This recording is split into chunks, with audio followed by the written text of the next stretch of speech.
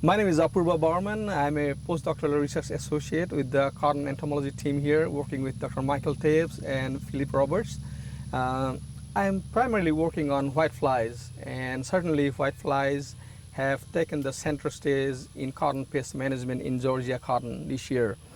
I have been doing a monitoring project for last 3 years. So in the past 2 years, 2018 and 19, we have done an extensive monitoring across South Georgia, including 24 counties. And based on that monitoring result, this year we are focusing on 2 counties, Tift and Colquitt counties.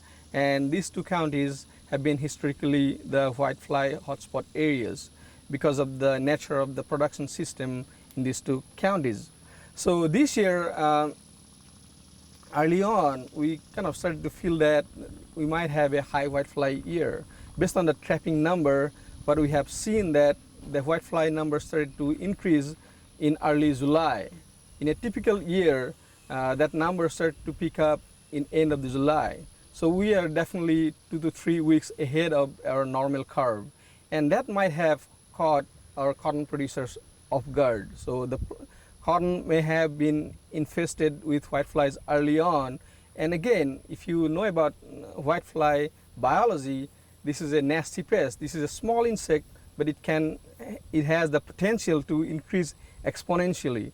For example, just one single whitefly female can produce about 200, 300 adults in time span of 2 weeks. So given in 2 weeks, a couple hundred of whiteflies can produce millions of whiteflies. And when whiteflies overwhelm your cotton, there is no way the beneficial insects can bring them down. If you can detect the whitefly population when they're at low level, these whitefly beneficial insects can suppress their population. But when the population gets to a point, these beneficial insects are no more effective. In that time, we got to pull our trigger. We got to use some insecticides. And for these insecticides, we have several good insecticides. And some of these insecticides, we are again doing our trial across the road. We have an experiment going on right now. We are looking at certain insecticides, NAC, Courier, PQZ, Sivanto, and all these insecticides. We are conducting this trial to look at their efficacy, how long we can protect our cotton from whiteflies. So again, the key here is we got to catch this whitefly population early on, because as I said, the population can increase so exponentially.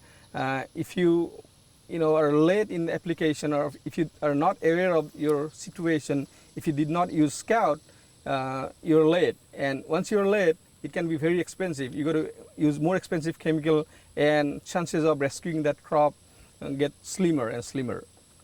So again, I think Dr. Roberts has been saying this, in many extension meetings about whitefly management, how we need to be early and on timely in terms of application. So right now, in certain areas in Tift and Colquitt County, we have high whitefly population, and I encourage growers to monitor and knock down the population.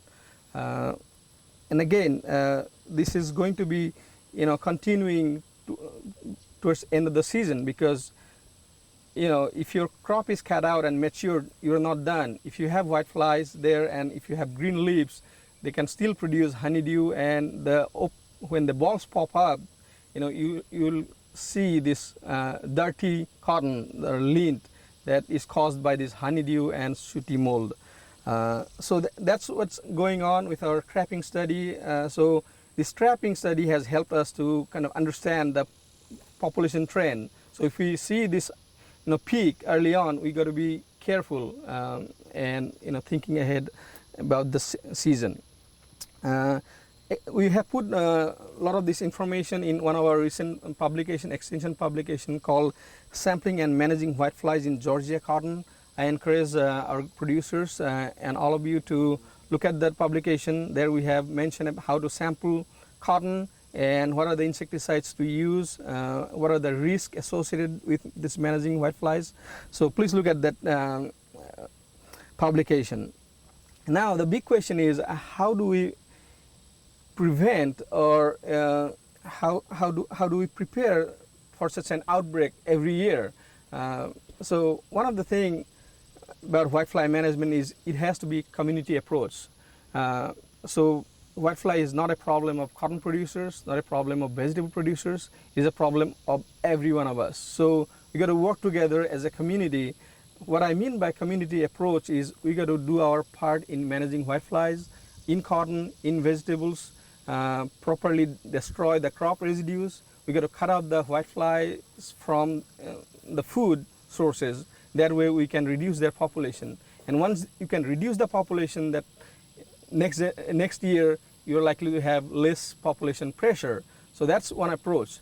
And again, in each crop, knock down the whitefly population down to a level where they cannot be, infesting other crops, whatever planted next, field next to it or the next season.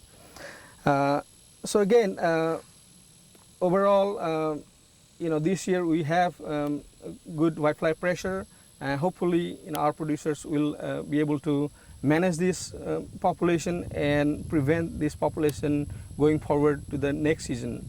The bottom line is we got to be very vigilant and be timely on whitefly management.